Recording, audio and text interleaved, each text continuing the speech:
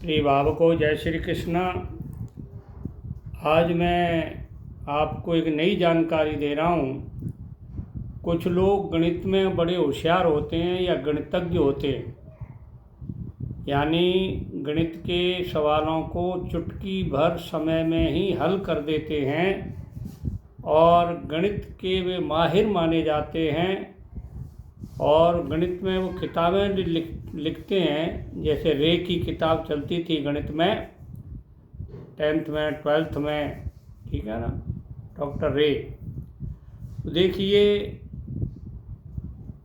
वो हाथ में कौन सी रेखा होती है जो गणित में प्रवीण होते हैं, होशियार होते हैं, ठीक है ना। तो सबसे पहले मैं बता रहा हूँ, ये मध्यमा उंगली इस हथेली से बड़ी होनी चाहिए, यानी ये बीच की उंगली इस हथेली से बड़ी होगी। चित्र में नहीं है पर आप समझ लीजिए, ये बड़ी होगी तो वो लोग गणितज्ञ होते हैं, गणित में होशियार होते हैं।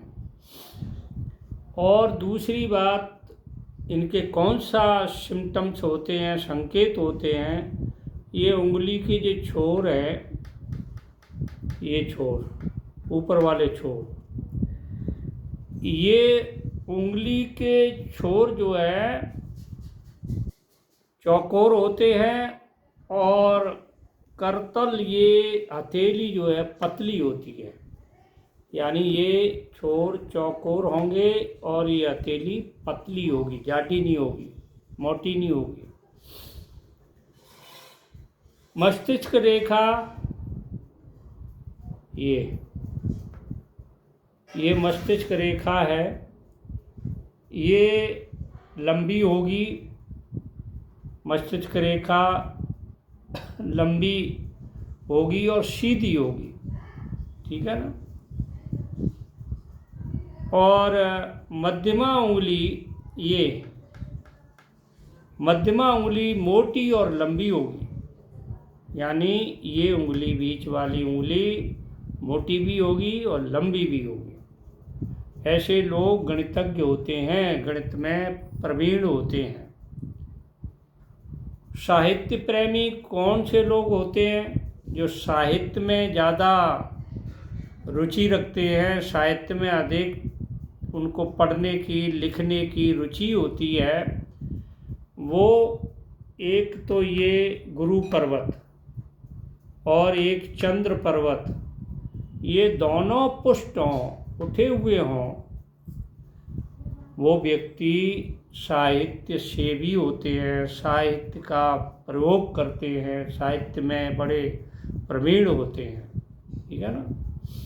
अब देखिए दूसरी हथेली क्या कह रही है, उसके बारे में आपको जानकारी दे रहा हूँ। काफ़ी लोग LLB करते हैं, LLM करते हैं, फिर वो न्यायाधीश भी बन जाते हैं।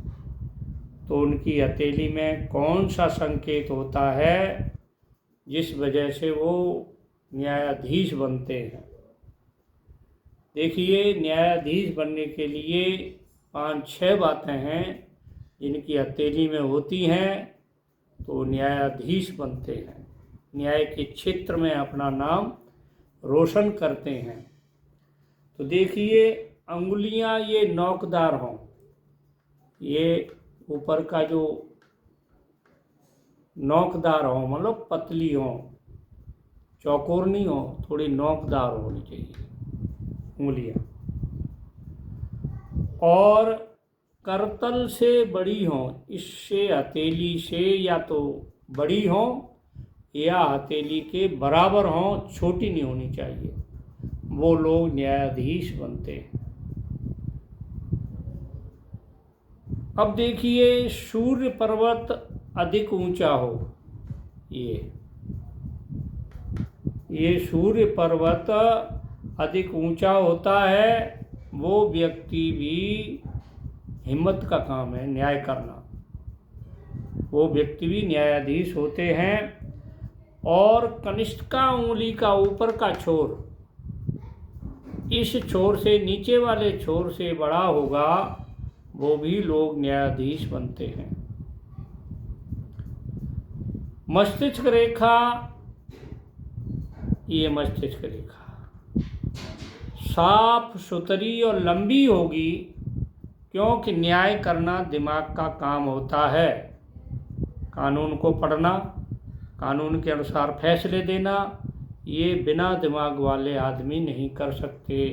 तो ये मस्तिष्क रेखा लंबी हो और एकदम स्वच्छ हो, साफ हो, सुथरी हो, कोई उसमें रेखा वगैरह नहीं हो। ये मस्तिष्क रेखा का हो गया। अब देखिए जीवन रेखा, ये जीवन रेखा, और यहाँ एक भाग्य रेखा होती है। मस्तिष्क रेखा, हृदय रेखा,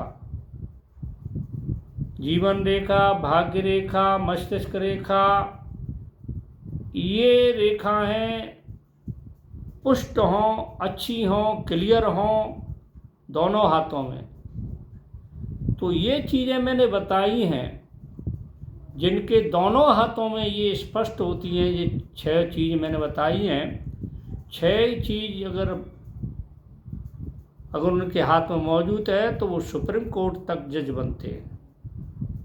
जितनी कम होंगी उतने नीचे लोअर कोर्ट में वो जज बनने की योग्यता रखेंगे। 6 में से जितनी कम होंगी उतनी कम योग्यता वाला पद उनको प्राप्त होगा। तो ये जानकारी मैंने आपको दी है।